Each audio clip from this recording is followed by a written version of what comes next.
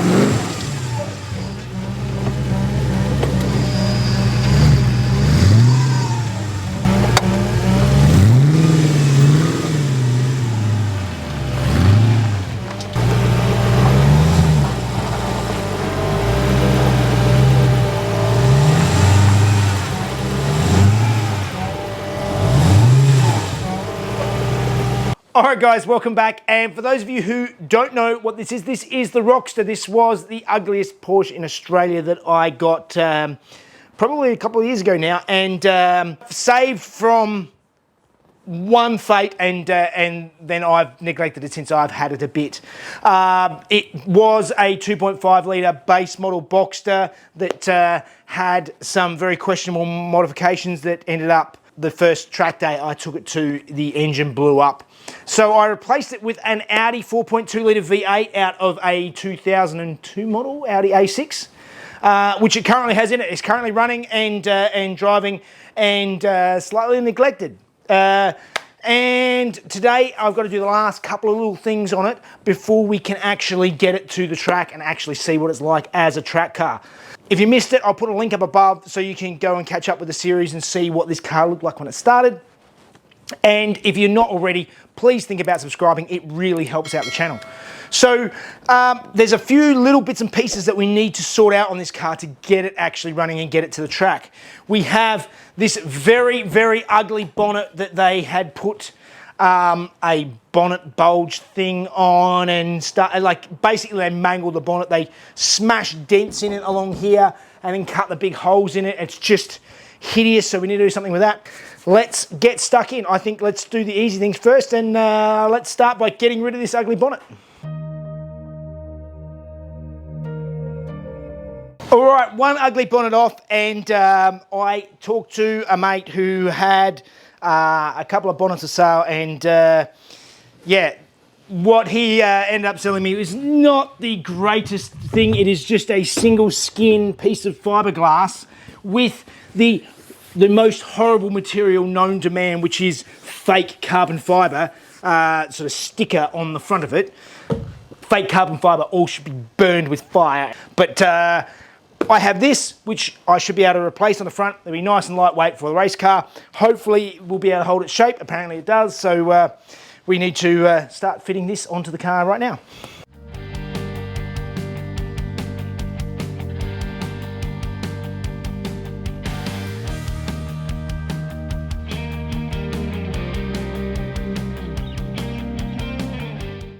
All right, the back end bolted up pretty easy. The front had these bonnet pins. I didn't have the rest of the bits. I just bought a whole new set, and yeah, these ugly red anodized things will sit underneath. So I just need to mark through here where this lines up with, and then drill my holes and mount up my bonnet pins.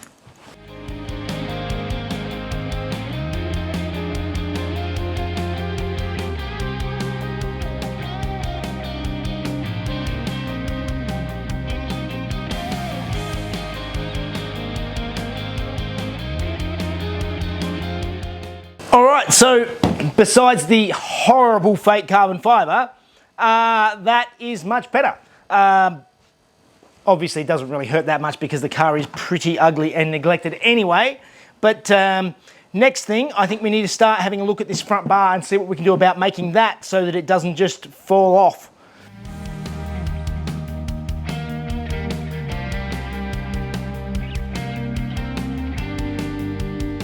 So for some strange reason, the previous owner had put a bunch of bolts in the front for, I I assume cosmetic reasons, so I'm just removing them now. All right, so the guys who originally owned this car obviously pulled the front bar off and on a bunch of times and didn't do it properly, and ended up sort of pulling through all the plastics on the front bar and just making a mess of it so that it doesn't bolt on and off nicely anymore. Also the indicator, which normally sort of clips in, has all the clips have been busted off of it and they had it glued in there. I will probably glue it back into place, but normally you have to remove the indicator, and I assume you just unclip it to be able to unscrew the front bar. What I'm going to use now is I've got some of these cool little quick releases. These are just cheap things off of eBay, but basically it's just a little pop.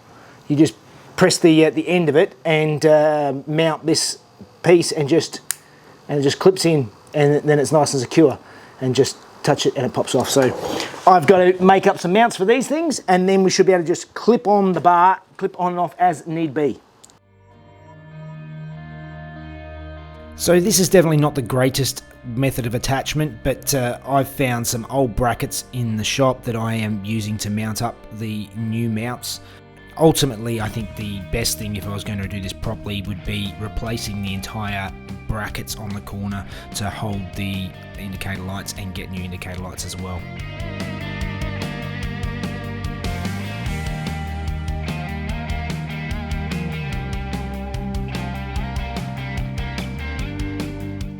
Same again on the other side.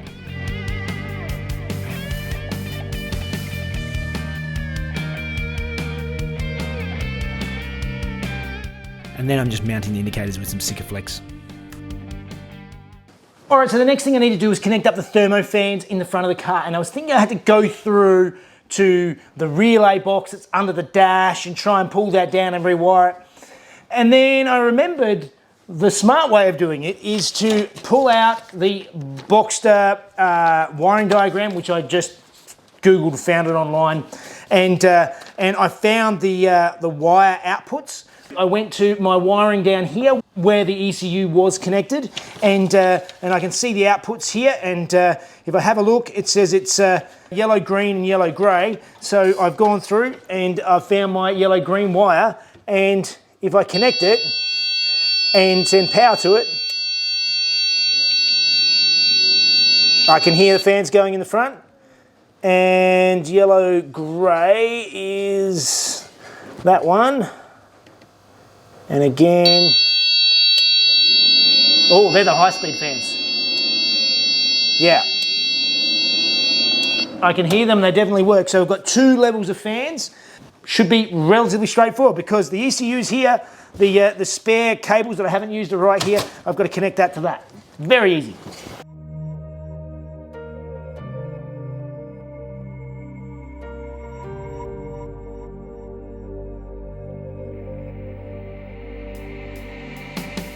So to set the fan up in the ECU was really, really easy. I just went into the auxiliary outputs, and it's got a little option there for engine fan. I just went to engine fan, and it actually has this already sort of basic setup in there ready to go. So I just selected which wire I connected up, which was auxiliary 5 and auxiliary 6. I'm already set up so that basically when the coolant gets to 94 degrees, it will switch on the low side. If it gets to 96 degrees, it'll switch on this high side, and it's quite simple. All right, so the last job I'm going to do today is to fit a kill switch. Now, this is mainly just because this car sits a lot, and it will drain the battery, and I just want the want to be able to quickly disconnect the battery.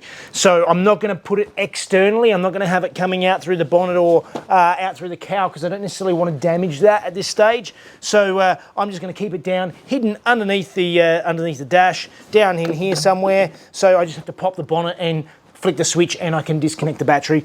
If I want to make it external, it's easy enough to just move it somewhere else later. Looking at it, it should be relatively straightforward. There is the negative cable from the battery, which bolts just straight onto the bulkhead here. So all I need to do is I can bolt that onto the switch and then make a new cable, go from this switch to the bulkhead. Nice, quick and easy, and we have a kill switch. So let's do that.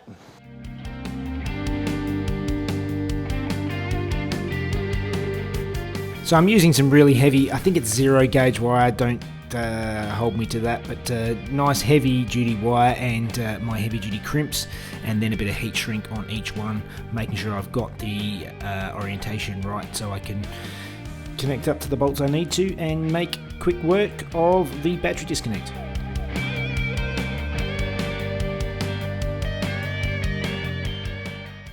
There we go. It's not pretty, but it's completely does the job. Just off and on. So when I park it up, I can just disconnect it and keep it from killing the battery. So I think that means it's time to take it for a test drive.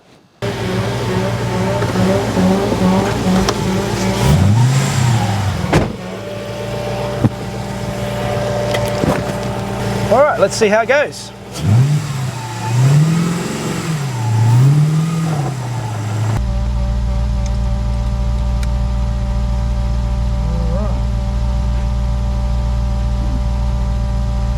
Let's see how it goes.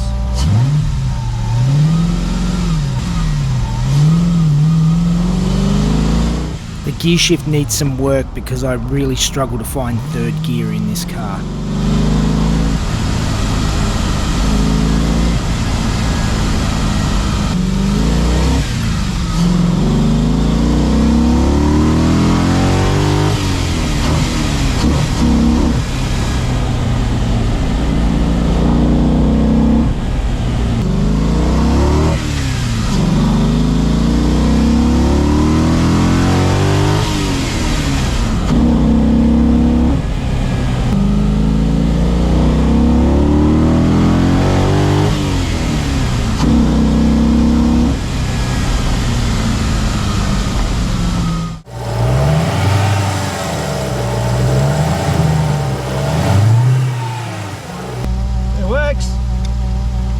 There's lots of dust in here that went flying.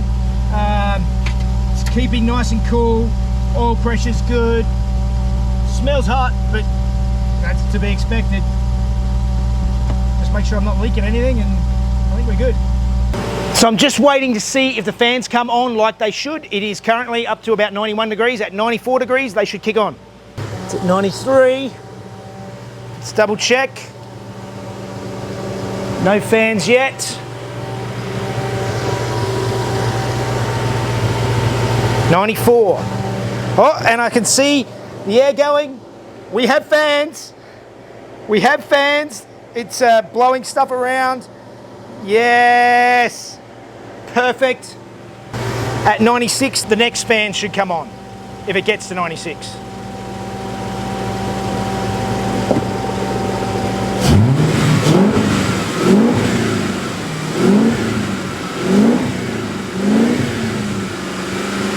Oh, it went back down to 94, even with me revving it. So the fans are doing their job. Yes! All right, there is definitely something up with the brakes. They are horrible. The pedal is sticking to the floor, and I'm pretty sure the issue is the booster. The pedal acts very strangely. The brakes do work when you get on them, but I think there might be damage to the diaphragm in the brake booster, which is sucking the pedal down, and it's just not good. So at the moment, it's working, except brakes, but that's got nothing to do with the engine conversion. That was already bad before. So what I'm going to do is I'm going to disconnect the brake booster, cap off the vacuum line to the brake booster so that it's not getting any vacuum, and then it should just act like it has manual brakes, and that will tell me whether it's the booster or not. All right, so I've disconnected the vacuum line to the booster and I've just blocked it up, bit of a ghetto style. I had a Raceworks AM plug and some push lock hose that I've just sort of cobbled together to stop it from having a vacuum leak. So now what I'm going to do is I'm going to start it and see if the brakes are any better. All right, that is diagnosed. I have a dodgy brake booster, so that is something that I can fix. The car will actually drive and run perfectly with manual brakes. It just means that the pedal is a lot harder to push, but it's not the end of the world. So I think we're basically ready to go. Ripping it up down the street then, that was the first time I ever got to rev it out properly and start really sort of driving it. It's definitely got a hell of a lot more go than before, and it sounds so much better. It sounds really good. So I think it needs a good wash because it's absolutely filthy. And yeah, I think it's ready to actually hit the track. So look forward to that in the new year when I get off my backside and actually organise a track day. I'm going to be heading out with my mate Benny from Benny's Custom Works, and we'll both take our V8 swapped vehicles out to the track. So hopefully you join me for that. Like always, do all the things like subscribe. Join us on Patreon to watch the videos a day before everybody else, ad-free. And if you need any parts for any of your Porsches, still make sure you check out PorschePartsByJeff.com first. All right, guys, see you next time.